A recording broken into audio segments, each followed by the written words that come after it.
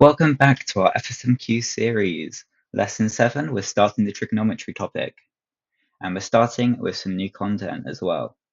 So while you've learned the sine rule at GCSE, this gets expanded upon here at FSMQ by adding on an ambiguous part to it. And you'll see what I mean by that in just 1 second. So let's get started. Let's recap the original sine rule that we know. A over sine A equals B over sine B equals C over sine C. And obviously, ABC represent, the lengths, whereas ABC that are in the sine represent the angles opposite. But what do we mean by the ambiguous sine rule? Well, this is a version of the sine rule where one angle could have two possible values.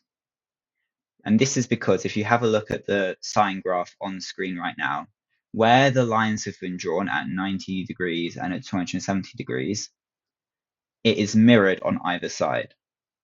So 0.5 could be equal to the part of the graph on the left of the line or on the right of the line. It just depends on which way you look at it. So this gives us two different versions of a single triangle. So how do we actually work out those questions? Well, here's an example. The first thing you're going to want to do is substitute all the values into the sine rule, just like you usually would. So 15 over sine 40 is equal to 20 over sine theta. From here, solve it like you usually would, get everything on the same side, and then you obviously want to do inverse sine or arc sine, and this would give you on your calculator 58.99 degrees. However, there could be two different values, because if you then take away from 180 degrees, you get 121.01 degrees, and that is also a valid answer. And that is because if you add back the 40, you get to 161.01, and that's not over 180, so that third angle can still exist. Right, I'm going to show you another example now. You can follow along on this next practice question. So here's our practice question. Find the size of angle P in the triangle PQR, given that R equals 32 degrees, R, the length, is equal to 4 centimeters, and P, the length, is equal to 7 centimeters. So I always suggest you draw out the triangle. You'll be given enough space. So it could be any sort of triangle, it doesn't need to be to scale. And you're just going to label it P, Q, R, and we're going to label it with everything we know. We know that R here, this is 32 degrees, R opposite is equal to 4, and P here is equal to 7. And we're trying to find the size of angle P, so we can label this theta. From here, we can clearly see how to do the sine rule, so we're going to do the length, R, or 4, is equal over sine 32 is equal to 7 over sine theta. Rearrange, we get sine theta is equal to 7 sine 32 over 4. And then we're going to use our calculators to do the opposite of this. Theta is equal to arc sine of all this. And then we type it in. You do shift sine if you want to get to arc sine.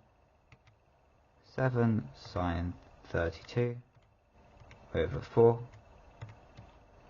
And then this gives us an approximate value of 68.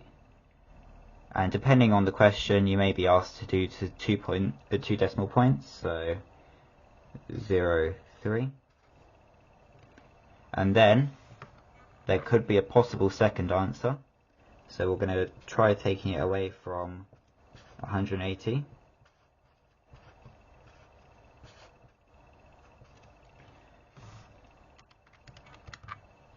and we get 111.97.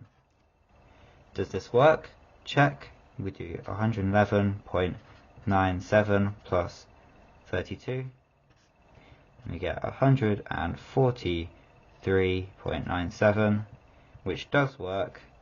So these are both answers. Welcome to our 4-mark segment of this video. For those who don't know, this is the segment where I give you 4 questions on the 4 different styles of this one type of topic. So for today's topic, obviously we're covering the ambiguous sine rule. So we have the pure, applied, proof, and riddle versions of this one topic. I have a worksheet if you guys want to solve it on there. That's in the description of this video and in the pinned comment. If not, do whatever you want and come back to me and I'll give you the answers in just a second. Alright, let's get on with it. Right, for our first question, our pure question, it's a simple kind of question you might get in your exam.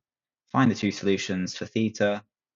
You're just going to plug it into sine rule, arc sine, and then you get one value, subtract it from 180, and get the next one.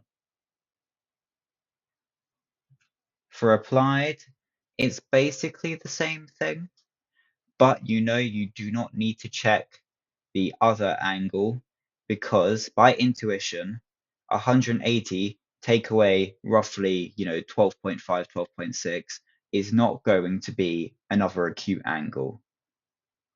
So there's no need. And also actually, even if you did find the other angle and then added on the 55 from before, it would go over the usual 180. So it can only have one angle anyway. For proof, I really like this proof question because you're using the formula for an area of a triangle, which is 2 of the sides, halving, and then multiplying by the sine of the angle in between.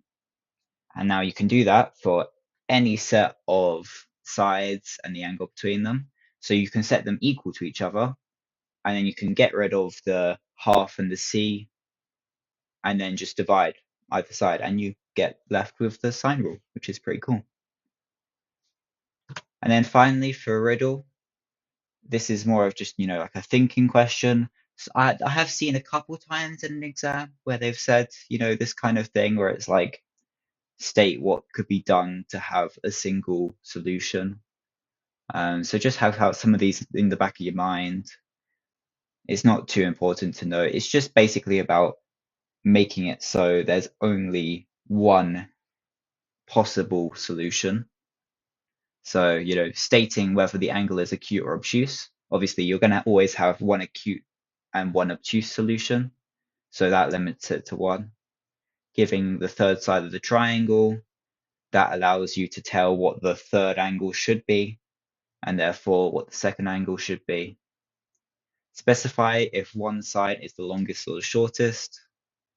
Making A greater than B in this instance always limits it to have one solution.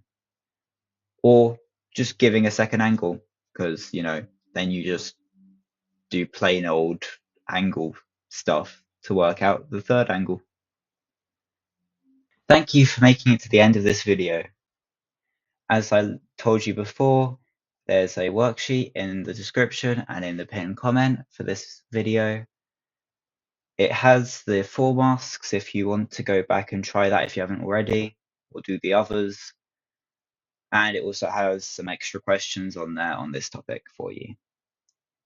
If you have any problems or any questions, just let me know in the comments. I respond for 1 week after posting.